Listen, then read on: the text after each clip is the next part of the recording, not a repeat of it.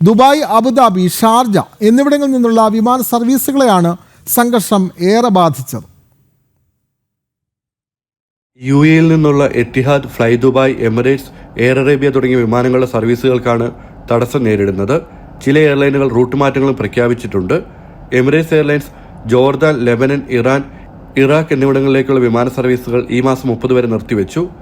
Iran, Iraq, Israel, Syria എന്നിവിടങ്ങളിലേക്കുള്ള വിമാനങ്ങൾ ഈ മാസം 30 വരെ നിർത്തിവെച്ചതായി ഫ്ലൈ ദുബായ് അറിയിച്ചിട്ടുണ്ട്.